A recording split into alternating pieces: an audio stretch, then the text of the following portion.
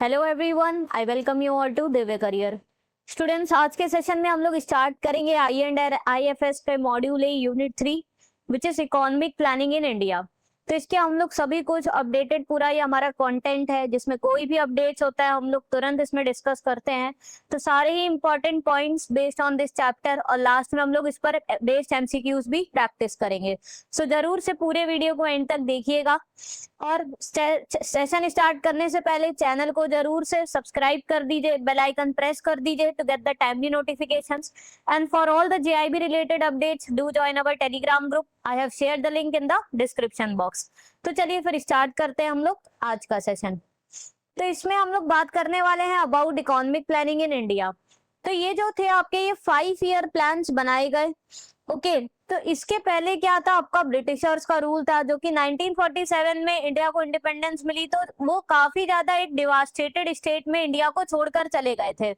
Okay, तो उसी को ही इकोनॉमी को वापस से ट्रैक में लाने के लिए, इकोनॉमी को डेवलप करने के लिए, सोशल इक्विटी को प्रमोट करने के लिए आपके 5 इयर्स प्लान सेटअप किए गए, जिसके थ्रू गवर्नमेंट अब क्या करती थी, इसके अंडर में रिसोर्सेज को एलोकेट करती थी, जिससे कि डिफरेंट नीड्स जहाँ पे जरूरत है प्रॉपर इंफ्रास्ट्रक्चर बिल्डिंग के लिए रिसोर्सेज को एलोकेट करती थी। पावर्टी, लो एग्रीकल्चर प्रोडक्टिविटी, ये सारे जो इश्यूज है उनको टैकल किया जा सके, यही सब एम था आपका इकोनॉमिक प्लानिंग के अंडर में।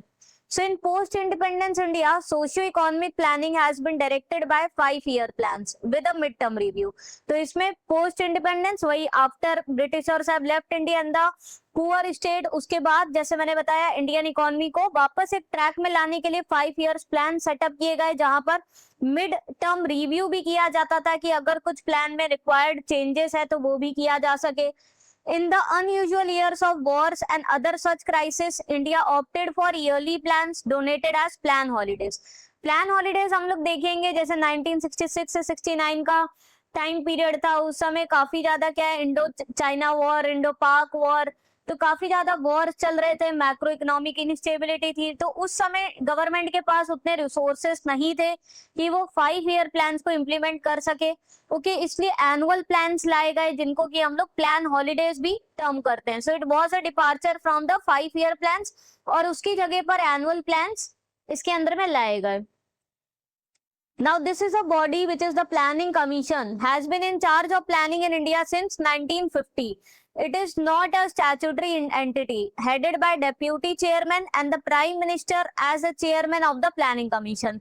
तो ये इंपॉर्टेंट पॉइंट्स है कि जो प्लानिंग कमीशन है वो स्टैट्यूटरी एंटिटी के अंदर में नहीं आता है, which is like not set up by the constitution, और वो 1950 से सेटअप हुआ था। और इसका चेयरमैन कौन होता है, जो प्राइम मिनिस्टर होता है, इंडियन का prime minister, he act as a chairman of planning commission. Planning Commission plans were approved for the implementation by the National Development Council chaired by the Prime Minister. अब planning commission जो plan set करती थी कि next 5 years के लिए ये हमारा plan रहेगा, ये रिसोर्सेस है जो हमें एलोकेट करने हैं, ये क्रिटिकल सेक्टर्स है जिसपे हमें फोकस करना है। ओके, तो उसको अप्रूवल कौन देता था for the implementation? That approval is given by the national development council जो सेटअप किया गया था। Again it was chaired by prime minister. तो चलिए अब हम पहले एक एक करके 5 ईयर प्लान्स जो डिफरेंट बने थे उनके बारे में पढ़ लेते हैं, उनके इंपॉर्टेंट पॉइंट्स डिस्कस कर लेते हैं जिनसे एग्जाम में ऑफकोर्स क्वेश्चंस पूछे जाते हैं।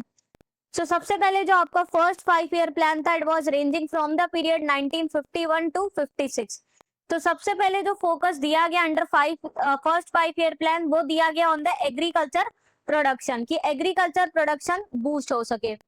So first the objective was the rehabilitation of refugees, जो आए थे उनको रिहैब के लिए फोकस दिया गया। And then the primary focus was on the quick agricultural growth to attain the food self sufficiency, then on management of the inflation, prioritization of irrigation and power projects. तो ये देख सकते हैं कि इसमें जो मेजर फोकस था that was on the boosting the agriculture production। साथ में इस वाले प्लान में आपके 5 IITs were also establish at the premier technological institutes, तो वो याद रखिएगा, जहां पर आपका खड़गपुर, बॉम्बे, मद्रास, कानपुर एंड दिल्ली, तो ये 5 जगह आपके क्या है IITs भी सेटअप हुए थे। This plan aimed for 2.4% growth rate and attained a 3.6% growth rate. तो आप देख सकते हो ये फर्स्ट 5 ईयर प्लान सक्सेसफुल था, क्योंकि जो इसका टारगेटेड ग्रोथ रेट था वो 2.1% था, और जो अचीव्ड जो ग्रोथ रेट था वो ज्यादा था, that was 3.6%. So we can say that first 5 year plan was successful, क्योंकि टारगेटेड ग्रोथ रेट से ज्यादा ही अचीव किया था. तो आपको मेजर पॉइंट इसमें याद रखने, एक तो इसका टाइम पीरियड याद रखना है, 5 ईयर्स के लिए थे. 1950 में ही आपका प्लानिंग कमीशन सेटअप हुआ था. सो फर्स्ट प्लान आपका 1951 में ही आया था, जहां major focus on increasing the agriculture production, और साथ में 5 फर्स्ट आईआईटीज इसके प्लान के अंडर में सेटअप किए गए थे. एक और चीज आपको बता दें, ये जो हमारे 5 ईयर प्लान्स है, दे वर अडॉप्टेड फ्रॉम यूएसएसआर. यूएसएसआर से अडॉप्टेड हुए थे, जहां पर आपका कंप्लीट सेंट्रलाइज्ड इकोनॉमिक प्लानिंग की जाती थी. ओके, सेंटर पूरा डिसाइड करता था. डिफरेंट स्टेट्स के लिए एक तरीके से नेशनल लेवल पे पूरा डिसाइड होता था. एक टॉप डाउन अप्रोच था कि कैसे कैसे कौन कौन से सेक्टर्स में, एरियाज में रिसोर्सेज को एलोकेट किया जाएगा. तो 5 year plans were centralised based planning adopted from USSR. Next we will discuss about second 5 year plan. Second 5 year plan में फोकस शिफ्ट हुआ फ्रॉम एग्रीकल्चर टू इंडस्ट्रियलाइजेशन, जहां पे भाई ये जरूरत पड़ी कि हमें मैन्युफैक्चरिंग सेक्टर में भी ग्रो होने की जरूरत है. ओके, इसका पीरियड उसके जस्ट बाद ही था, 56 से 67. Here concentration was given on the heavy industries, capital goods. Okay, so on the manufacturing side पे, कैपिटल गुड्स पे, हैवी मशीनरीज, उन सब पे फोकस सेकंड प्लान में दिया गया. Targeted growth rate was 4.5% and the actual rate was 4.27%. तो बस थोड़ा सा ही it lagged behind the targeted growth rate 4.5 था, तो लगभग उसी के ही अचीव कर लिया था आसपास. It could not be fully executed due to inadequate availability of foreign exchange. अब सेकंड प्लान में क्या मेजर प्रॉब्लम आई, अब जो हमें कैपिटल गुड्स, हैवी मशीनरीज, उसको इंपोर्ट करना था हमें दूसरी कंट्रीज से, बट उसके लिए क्या चाहिए, फॉरेन एक्सचेंज चाहिए, और इंडिया के पास उस समय सफिशिएंट फॉरेक्स रिजर्व्स नहीं थे जिसका यूज करके वो लोग हैवी कैपिटल गुड्स को इंपोर्ट कर सके. इसीलिए ये प्लान उतना ज्यादा फुली इम्प्लीमेंट नहीं हो पाया. However, under this plan, hydroelectric power plants and 5 steel plants were built up in Bhilai, Durgapur, Rourkela. So जो मेजर स्टील प्लांट्स है, हाइड्रोइलेक्ट्रिक पावर प्लांट्स है, वो सब आपके सेकंड 5 ईयर प्लान के अंदर में सेटअप किए गए. सो ये मेजर पॉइंट्स है जो आपको याद रखना है. सेकंड 5 ईयर प्लान का जो मेजर फोकस था, दैट वाज ऑन इंडस्ट्रियलाइजेशन. तो इसके अंदर में आपके hydroelectric power plants and 5 steel plant setup किए गए थे. नेक्स्ट आ जाता है हमारा third 5 year plan, which ranges from 61 to 65. Here the key goals were boosting the national income by more than 5% per annum, increasing the agriculture productivity and expanding the basic industries. तो अब इस वाले plan में आप देख सकते हो दोनों पे ही फोकस था कि भाई एग्रीकल्चर प्रोडक्टिविटी भी बूस्ट हो और साथ में बेसिक इंडस्ट्रीज भी एक्सपैंड हो, साथ में नेशनल इनकम यहाँ पे मोर देन 5% पर एनम हो सके. वो मेजर गोल था of third 5 year plan. Now the third 5 year plan projected growth rate was 5.6%, while the actual growth rate was only 2.4% owing to the wars and drought conditions. Third 5 year plan was a major failure. हम देख सकते हैं हमारा actual growth rate सिर्फ और सिर्फ 2.4% था, target growth rate 5.6% था. ये इसलिए हुआ क्योंकि इसका जो पीरियड था 1961-65 का, तो जैसे कि आपको पता है 1962 में आपका इंडो चाइना वॉर हुआ, देन आपका 1965 में इंडो पाक वॉर हुआ. तो इतने ज्यादा जब वॉर्स होते हैं तो उससे क्या होता है, हमारे रिसोर्सेस पर वो एक स्ट्रेन का काम करता है. ओके, हम बहुत ज्यादा खर्चा करना पड़ा ऑन द मिलिट्री साइड, और फिर बैक टू बैक क्या हुए, ड्रॉट्स भी हिट हुए, जिसकी वजह से एग्रीकल्चर आउटपुट भी काफी ज्यादा इम्पैक्ट हुआ था इस पीरियड में. ओके, सो वॉर भी हुआ और साथ में ड्रॉट कंडीशंस भी बहुत ज्यादा थी, जिसकी वजह से क्या हुआ, हैवी इन्फ्लेशन हो गया कंट्री में, फॉरेक्स शॉर्टेजेस हो गए, और यहाँ पर government was forced to devalue the Indian rupee. जब डेप्रिशिएट होती है इंडियन करेंसी तो इट बूस्ट द एक्सपोर्ट्स. तो जैसे कि एक तो इंडियन रूपी अगर जब डेप्रिशिएट होती है तो हमारे एक्सपोर्ट्स क्या होते हैं, कॉम्पिटिटिव होते हैं. तो जब एक्सपोर्ट्स करेंगे तभी हम और ज्यादा क्या है, फॉरेन रिजर्व एक्सचेंज अर्न भी कर पाएंगे. सो इंडियन गवर्नमेंट ने इंडियन रूपी को भी डीवैल्यू किया था इस समय. तो अब क्योंकि ये थर्ड 5 ईयर प्लान जहाँ पर बहुत सारे वॉर्स हुए, ड्रॉट कंडीशंस हुई और हमारी इकोनॉमी बहुत ज्यादा एडवर्सली इम्पैक्ट हो गई थी, तो अब गवर्नमेंट के पास उतने रिसोर्सेस नहीं थे कि वो एक 5 ईयर प्लान के लिए एलोकेट कर सके। इसीलिए प्लान हॉलीडेज अनाउंस कर दिया गया। प्लान हॉलीडे मतलब ये नहीं था कि प्लान ही नहीं कोई रन करेगा। प्लान हॉलीडेज मतलब ये था कि अब जो एक 5 ईयर प्लान चलता आ रहा था उससे थोड़ा सा हट के एनुअल प्लान्स की तरफ फोकस किया गया, जहाँ एनुअली गवर्नमेंट अब अपना डिसाइड करती थी कहाँ पर फोकस करना है, एनुअली रिसोर्स एलोकेट किए जाते थे। So period was 1966 to 1969. Here a new agriculture strategy was implemented, including distribution of high-yielding seed varieties, extensive fertilizer usage, irrigation, potential exploitation and soil conservation measures. तो यहाँ सबसे पहले focus दिया गया on increasing the agriculture output. तो जहां पर आपके फोकस किया गया on high yielding varieties of seeds, जिसकी वजह से एग्रीकल्चर आपका बूस्ट हो सके। केमिकल फर्टिलाइजर्स भी यूज करेगा जिससे एग्रीकल्चर आउटपुट इंक्रीज हो सके। इरिगेशन प्रोजेक्ट्स पे फोकस किया गया। Annual plan also known as a plan holiday is a time in which government abandons the normal 5 year planning in favour of yearly plans. तो यहाँ पर मैंने बताया जो नॉर्मल 5 ईयर प्लान चल रहा था उसको डाइवर्ट किया गया in the favour of one year plan, annual plans. Government may choose for annual plans because it does not have enough resources to allocate according to 5 year plan. तो जैसे मैंने बताया इसका मेजर रीजन यही था, क्योंकि drought conditions, due to heavy inflation, due to wars, government के पास इनफ रिसोर्सेस नहीं थे to allocate to the 5 year plans.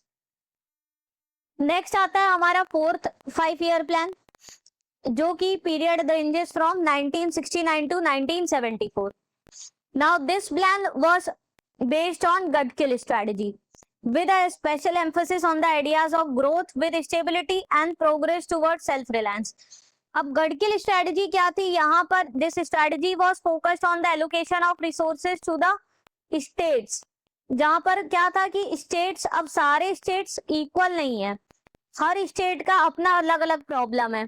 तो यहाँ पर जो फंड्स किस तरीके से एलोकेट किए जाने हैं डिफरेंट स्टेट्स के, that were mainly focused on the कि उस स्टेट का पॉपुलेशन क्या है और दूसरा उस स्टेट का अभी डेवलप्ड कितना है वो स्टेट। तो भाई जिस स्टेट का पॉपुलेशन ज्यादा है और वो लेस डेवलप्ड है वहां पे ज्यादा रिसोर्सेस एलोकेट करने की जरूरत है। ओके, तो यहाँ पर population, per capita income of the people there, on going projects कितने वहां चल रहे हैं, टैक्स एफर्ट्स कितना है कि वहां उस स्टेट से कितना टैक्स कलेक्ट हो पा रहा है एक्चुअल में। ओके, और ऑल्सो स्पेशल स्टेट प्रॉब्लम्स। अब जैसे जो नॉर्थ ईस्ट स्टेट्स है, हिली रीजन्स है, उनकी अपनी अलग प्रॉब्लम्स होती है काफी ज्यादा, तो वहां गवर्नमेंट को फोकस करने की ज्यादा जरूरत होती है, ज्यादा रिसोर्सेस एलोकेट करने की जरूरत होती है, वो पुअर स्टेट्स में आ जाते हैं। ओके, सो यहाँ ये जो स्टेट था, ये जो प्लान था, ये फोकस किया on the Gadgil strategy which was based on कि भाई डिफरेंट स्टेट्स की डिफरेंट प्रॉब्लम्स है, उसके हिसाब से हमें different amount of resources allocate करने की जरूरत है, जिससे एक रीजनल इम्बैलेंस रिमूव हो सके। Now assessment of fourth 5 year plans. Droughts and Indo-Pak War of 1971-72 compelled the economy to diversify capital, causing financial crunch for the plan. Fourth 5 year plan target rate was 5.6% and the actual growth rate was 3.3%. Again, fourth 5 year plan का जो period था उस समय second Indo पाक war हो गया 1971-72 में। तो अगेन जैसे कि हमने प्लान किया था रिसोर्सेस का, वो उस हिसाब से एलोकेट नहीं हो पाई क्योंकि वॉर के लिए वो रिसोर्सेज डाइवर्ट करने पड़े, इसीलिए अगेन जो टारगेटेड ग्रोथ रेट था वो अचीव नहीं हो पाया। नेक्स्ट आपका फिफ्थ 5 ईयर प्लान था, that ranged from the period 1974 to 79। यहाँ पे मेन एम्फोसिस था on the poverty reduction and self reliance and agriculture. अब यहाँ पे था कि इंडिया को एक सेल्फ सफिशिएंट कंट्री बनाने की जरूरत है, जिससे कि हमारी इंपोर्ट डिपेंडेंसी कम हो सके, हमारे डोमेस्टिकली फूड प्रोडक्शन इनफ हो सके which could meet our local population. Assessment, green revolution in India boosted agriculture. The targeted growth rate was 5.2% and actual growth rate was 5.5%. तो आप देख सकते हो ये जो 5th 5-year प्लान था that was a successful plan due to the introduction of green revolution, like MS Swaminathan was considered to be the father of green revolution.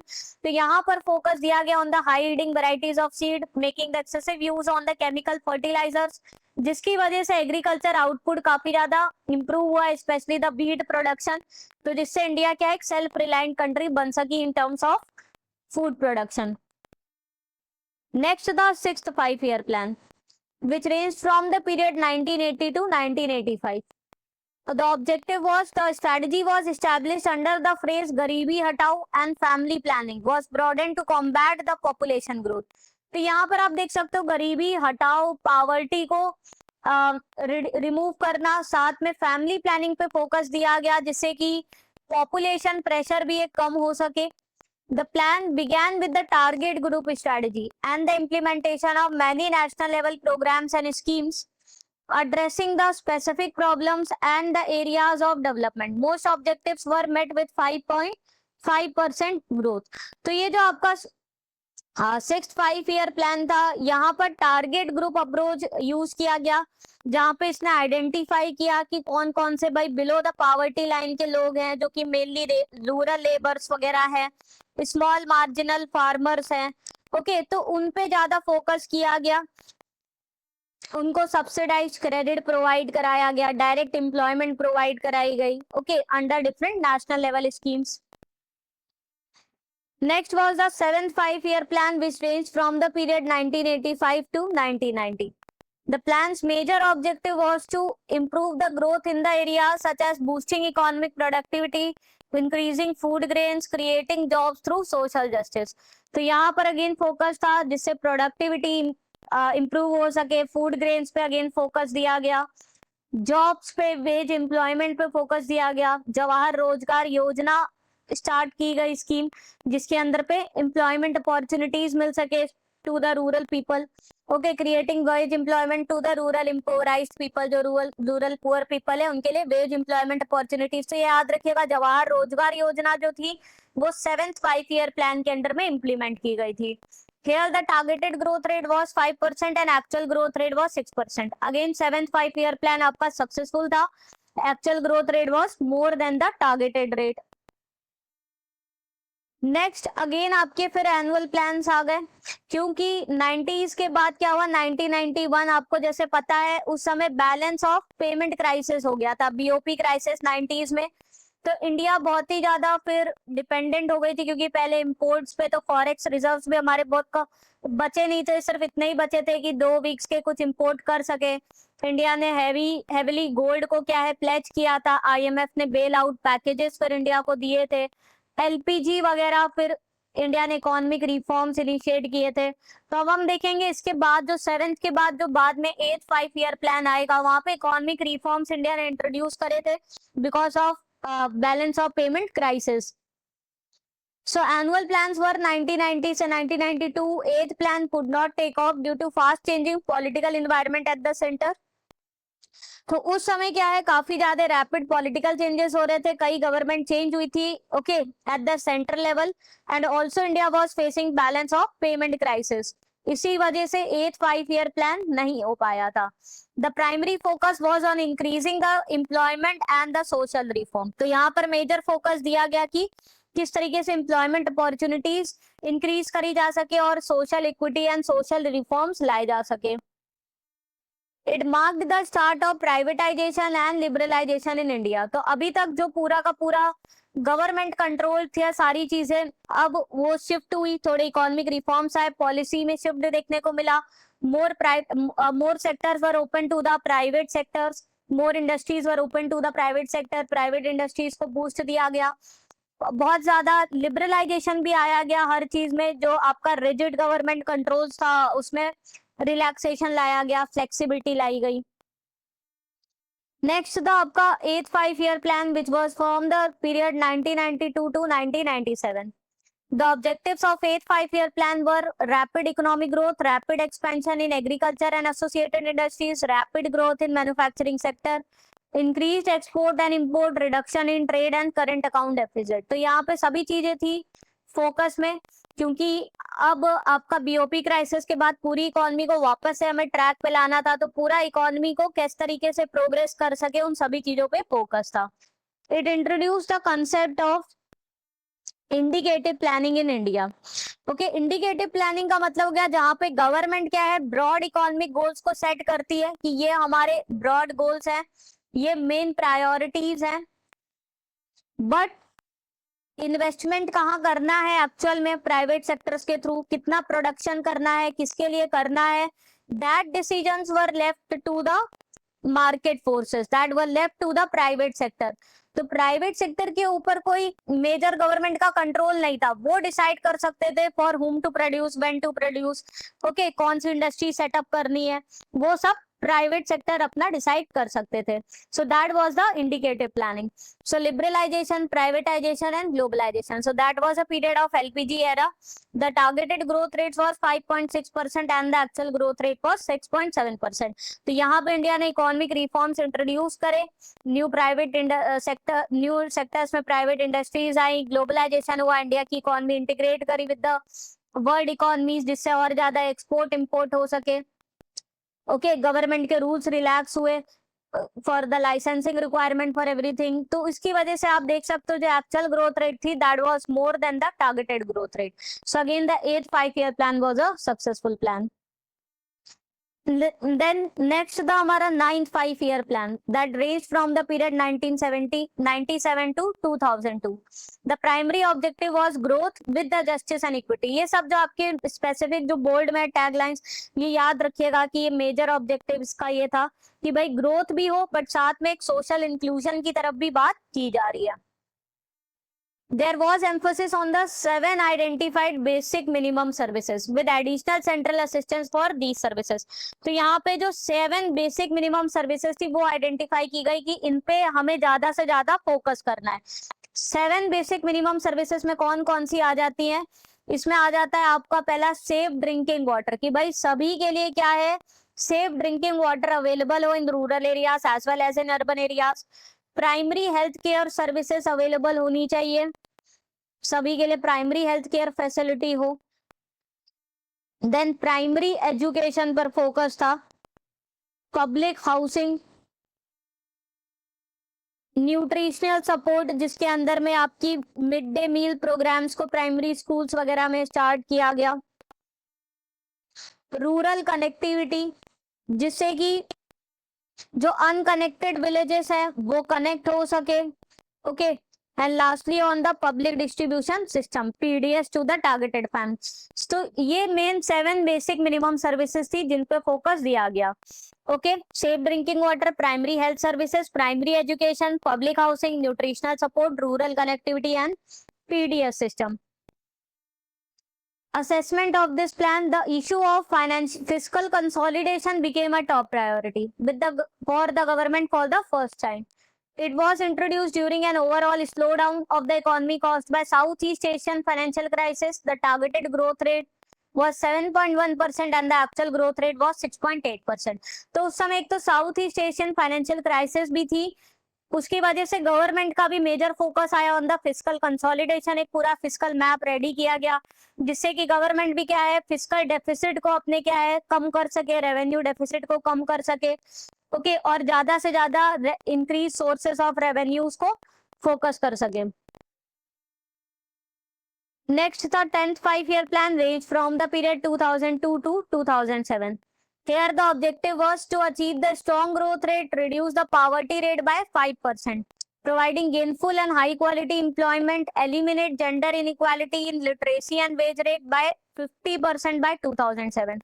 तो यहाँ पर मेजर एम था कि भाई जो एक तो जेंडर इनइक्वालिटी कम कर सके, लिटरेसी रेट बढ़ा सके, वेजेस रेट बढ़ा सके। Actual growth rate was 7.7% and the targeted was 8.1%। So actually हम लोग ने यहाँ पे अगेन कम अचीव किया, जो टारगेट रेट था वो ज्यादा था, तो that was not a very successful plan. Next था आपका 11th 5-year प्लान, पीरियड था इसका 2007 से 12 तक, जहां पे मेजर एम क्या था, थीम थी इसकी faster and more inclusive growth. This was the theme of 11th 5-year plan, faster and more inclusive growth, कि भाई फास्ट रेट पे भी ग्रोथ हो और साथ में इंक्लूसिव ग्रोथ हो, जहां पर हम लोग सबको लेकर चले, ऐसा नहीं हो कि कुछ सेक्टर्स या कुछ रीजन्स पीछे छूट जाए। Assessment, the Planning Commission expressed worry about meeting the growth expectation as a result of Fiscal Responsibility and Budget Management Act. So आपका FRBM था, जो कि एक लॉ था जो 2003 में आया था, जिसका मेजर एम यही था कि एक फाइनेंशियल डिसिप्लिन हो सके, फिस्कल डेफिसिट रिड्यूस हो सके, लॉन्ग टर्म एक मैक्रो इकोनॉमिक स्टेबिलिटी आ सके। ओके, तो इनके डिफरेंट टारगेट्स थे कि भाई रेवेन्यू डेफिसिट को हमें, फिस्कल डेफिसिट और रेवेन्यू डेफिसिट को, क्या है, रेवेन्यू डेफिसिट को एलिमिनेट करना है, फिस्कल डेफिसिट को रिड्यूस करना है, तो 3% ऑफ जीडीपी। तो ये सब इसने क्या है, डिफरेंट टारगेट सेट किए थे। It achieved 7.5% GDP growth which was less than the targeted rate of 9%। Next था 12th 5 ईयर प्लान, जिसका पीरियड था 2012 से 17 का। यहाँ पे भी अगेन ऑब्जेक्टिव था on the more faster inclusive and the sustainable growth, जो कि लॉन्ग टर्म पीरियड के लिए चले for the future generations as well. Increasing agriculture production by 4%, manufacture sector growth by 10%, increasing over 88,000 megawatt of electricity generation capacity. So these were the major objectives of 12th plan, कि 4% से ज्यादा agriculture production भी boost हो, manufacturing sector भी grow हो 10% से, electricity generation capacity भी improve हो। This plan achieved 6.7% growth rate compared to the target rate of 8%. सो ये थे हमारे 5 ईयर प्लान्स, जिसमें आपके टोटल 12 5 ईयर प्लान्स थे। फिर बाद में आपके 5 ईयर प्लान्स हटा दिए गए, अबॉलिश कर दिए गए। आपकी एक body I which was NITI आयोग। ओके, ये वाला प्लान अपना आपका चला 2017 तक, बट 2015 में आपकी न्यू बॉडी आ गई विच was NITI Aayog, which was like a think tank to the government. इसका फुल फॉर्म है national institution for transforming India, known as NITI Aayog, established on 1 January 2015 by a resolution of union cabinet. अब इसको क्यों लाया गया नीति आयोग को? क्योंकि जो आपके 5 ईयर प्लान्स थे, एक तो उसमें क्या था, सेंट्रलाइज्ड प्लानिंग थी, जहां पे स्टेट्स का कुछ वो लोग पार्टिसिपेट नहीं कर रहे थे in the decision making, centralised planning थी। So this NITI Aayog actually shifted the India from the rigid and centralised planning to the cooperative federalism. ये इंपॉर्टेंट वर्ड है, कोऑपरेटिव फेडरलिज्म। तो यहाँ पर फोकस दिया गया आपका पार्टिसिपेशन ऑफ स्टेट्स में भी, कि अब स्टेट्स भी पार्टिसिपेट करेंगे in the decision making. Okay, so NITI Aayog is the government of India tops policy think tank offering both directional and policy suggestions. So ये एक तरीके से क्या करता है कि थिंक टैंक का काम करता है, गवर्नमेंट को एडवाइस प्रोवाइड करता है on formation of the policies and all. It gives the relevant technical assistance to the center and states in designing the strategic and long-term policies and programs for the government of India. तो साथ में technical assistance provide करता है, जिससे कि एक successful policies और plan setup किए जा सके at the national level as well as at the state level. NITI Aayog serve as a government of India central platform for bringing the states together to work in the national interest, fostering on the cooperative federalism. तो यहाँ पे it also encourage state government की they also participate in the national policy formulation. The creation of NITI Aayog focused on 2 hubs, Team India and Knowledge and Innovation Hub. तो ये main इसके क्या है, hubs है, जो टीम इंडिया हब है, जो कि मेनली एक इंटरफेस का काम करता है between the central government and the Indian states. So ये इंश्योर करता है कि जो स्टेट्स है वो पार्टिसिपेट कर रहे हैं in economic policy making. So this hub act as a interface between the two. और जो नॉलेज इनोवेशन हब है, इसका मेजर फोकस है कि और ज्यादा रिसर्च डेटा एनालिटिक्स के थ्रू नीति आयोग की internal think tank capability improve हो सके। ओके, और ज्यादा रिसोर्सेज के थ्रू और ज्यादा रिसर्च के through okay long term vision documents formulate किए जाते हैं। साथ में इसके साथ साथ एक आपका फ्रंटियर टेक हब भी है, जिसका मेजर फोकस है on leveraging the new technologies like artificial intelligence, quantum computing. तो उस पे इसका मेजर फोकस है। Team India Hub coordinates the state involvement with the central government, while the knowledge and innovation hub strengthen the नीति think tank capability. तो जैसे मैंने बताया टीम इंडिया हब है वो एक इंटरफेस का काम करता है कि वो देखता है, इंश्योर करता है, इंकरेज करता है स्टेट गवर्नमेंट को to participate in the national policy making. और जो नॉलेज इनोवेशन हब है वो उसका मेजर फोकस है कि डिफरेंट रिसर्चेस के थ्रू, डेटा एनालिटिक्स के through internal think tank capability improve हो सके नीति आयोग की, जिससे और ज्यादा वो इनपुट दे सके in the framing these policy documents and all. Niti Aayog is also transforming itself into a cutting-edge resource center with the requisite resources, expertise, abilities to move quickly, promote research, innovation, provide strategic policy vision for the government and cope up with the unforeseen situations. तो वही है, कई सारे resources, expertise के through ये help करता है government को कि एक strategic policy vision सेटअप हो सके. नीति आयोग को कौन चेयर करता है, दिस इज इंपॉर्टेंट, इस पे डायरेक्ट आपका प्रीवियस ईयर क्वेश्चन आया था. So this is chaired by prime minister. Governing Council of Niti Aayog is made up of chairperson, ex officio member of Niti Aayog. Then there is a vice chairperson of Niti Aayog. Suman Berry is the vice chairperson currently. Full-time members are there. Chief ministers of states, lieutenant governor of Andaman and Nicobar Islands. Then there are special invitees. So ये सारे लोग जो होते हैं, they are the part of the governing council. Okay. तो चलिए अब हम लोग इस पर बेस्ड कुछ इंपॉर्टेंट एमसीक्यूज डिस्कस कर लेते हैं. फर्स्ट क्वेश्चन है, planning commission plans are approved for the implementation by dash. Option है financial stability and development council, option B national development council, option C NITI Aayog, option D finance ministry. So जो planning commission plans बनाता है उसको approved कौन करता है, that were approved by national development council. Again this is also chaired by prime minister.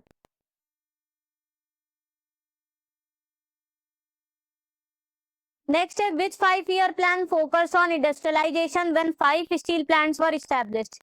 Options है second 5-year plan, third 5-year plan, sixth 5-year plan, ninth 5-year plan. So right answer है second 5-year plan, जहां हमने देखा था industrialisation पे focus किया गया था. Hydro electric power plants, 5 steel plants आपके राउरकेला, भिलाई, दुर्गापुर वहां पे सेटअप किए गए थे. Next, plan holidays were from the period dash 1962 to 65, 66 to 69, 69 to 72, 72 to 75.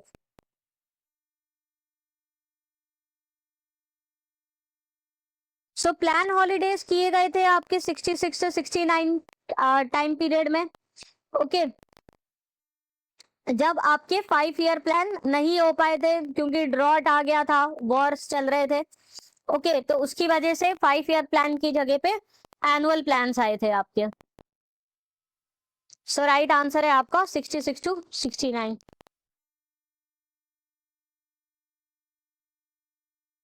Next है, which plan was based on Gadgil strategy with a special emphasis on the ideas of growth with stability. Option है third 5-year plan, fifth 5-year plan, fourth 5-year plan, ninth 5-year plan.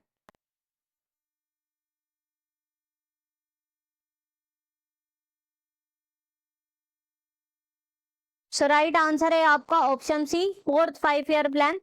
जो हमने देखा था कि गडकिल formula जहाँ पे use किया गया था कि किस तरीके से सेंट्रल रिसोर्सेज को एलोकेट कर सके for the state plans.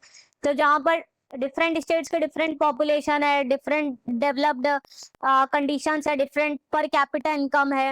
Okay, तो उसके बेसिस पर एलोकेट किया गया था, एक फॉर्मूला रेडी किया गया था जहाँ पे 60% वेटेज पॉपुलेशन को दिया जाता था, पर कैपिटा इनकम को 10% वेटेज, टैक्स एफर्ट्स को, ऑन गोइंग प्रोजेक्ट्स को, special problems of those states. तो उसके हिसाब से डिसाइड किया जाता था कि किस स्टेट को कितना रिसोर्सेस एलोकेट करना है.